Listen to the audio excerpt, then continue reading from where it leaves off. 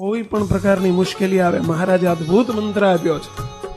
સ્વામિનારાયણ મહામંત્રનો જાપ કરો, ખૂબ કરો અને પ્રાર્થના કરો. કગરી પડો, ચોંટી પડવું. બીજાને કગરે શું વળે? જેને કગરવું છે એને કગરો ને.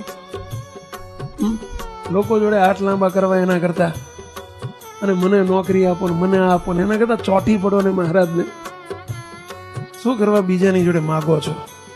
ફક્ત કોઈ દિવસ કોઈની જોડે હાથ લાંબો ના કરો. કરો તો આની આગળ કરો, મહારાજને મોટાની આગળ કરો, સંતોની આગળ કરો.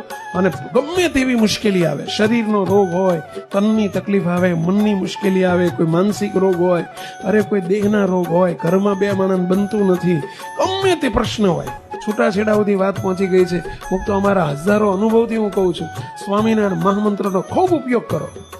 ગોળી લીધે જ રાખો, લીધે જ રાખો. હાલતા ચાલતા, ખાતા પીતા, બેસતા ઉઠતા, બોલો ગમે તેવા, હમણાં સ્વામીએ કીધું ને કાળા નાગના ઝેર ઉતરે.